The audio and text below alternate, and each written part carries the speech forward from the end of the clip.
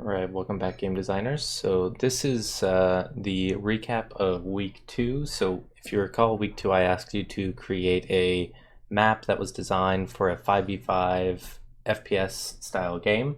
The medium that you created it on was entirely up to you. So I have two different examples I'm going to show you here. The first one here was created on paper. This is by Brianna.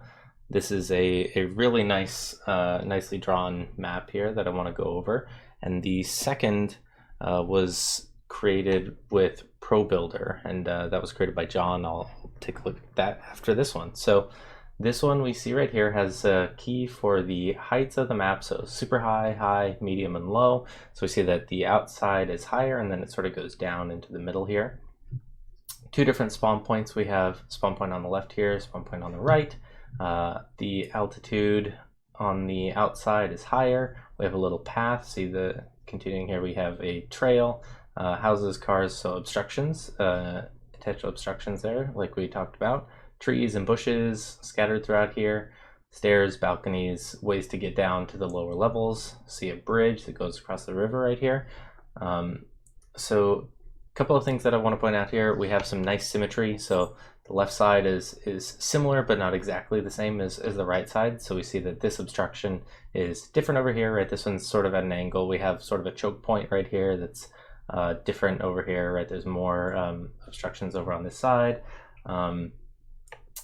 We have these obstructions all throughout here, as well as forcing us to several choke points. So we have a choke point here, here, here, that you're going to sort of force the action to come to. But you still also have those decisions as far as controlling the player's movement. So right from the get-go, they're going to choose if they're going to stay up above or go down low, go towards the middle. Same thing over here. And then again, when they get down here, they can choose to go towards the bridge side or up onto this balcony. A couple of assumptions that I'm making here is that you can't just like shoot all the way across from one side to the other. So I'm assuming that there's some, either line of sight or, it's just too far for you to shoot something like that. So you would only be able to shoot like maybe to here from the top balcony here. But other than that, I think this is a really well designed. We think about, you could get back here, you could get sort of trapped, but then there's an outlet here and an outlet here to get back up onto the top section.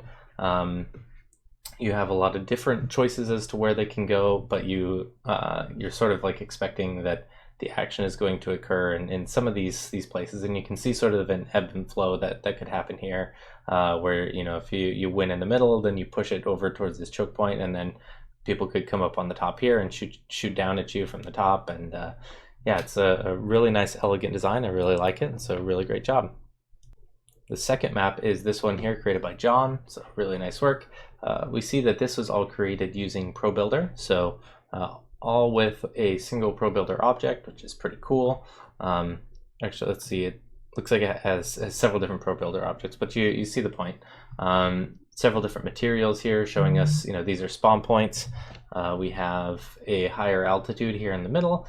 There's also, if I can get down here, you can see that there's a room in the middle that they can go through, as well as having options for going around the outside and stuff like that. So a couple of things with this is we do see that this is a potentially small map. So just something for us to be aware of, that if we don't have a lot of a range, then it might be forcing our players into a certain play style. This might be something that was better for like a melee style game or something like that. And another thing as well is that we have an altitude change over here on this side, but we don't have any sort of symmetry over here. So I don't know if that was intentional. Maybe this is a design like you're trying to go from objective A to objective B and like attack that or something. But I could see maybe adding another stairway here, or possibly making a stairway here so that you could get on the outside rim here, increase the outside wall, and then like put a little bridge over here or something to the top.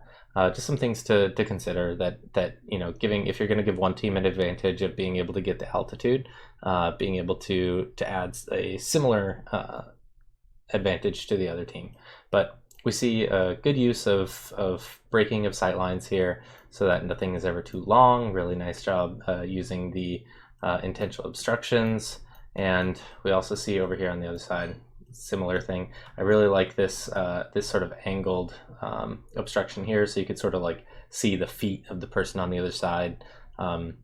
Just little touches like that that I think are really cool. You could peek around here and then get like sort of a torso shot of somebody, which would be cool. See that like sight line that you can get through there if you're standing right here. Cool stuff. Really nice work. Keep your submissions coming. If you look at this and you think, gosh, that's really cool, I'd really like to submit that, you can continue to submit these things to me. I will look at them even after the week that they were assigned. So just get them to me whenever you can. I know that a lot of people have a lot of crazy stuff going on right now, but just get it to me when you can and I will take a look at it.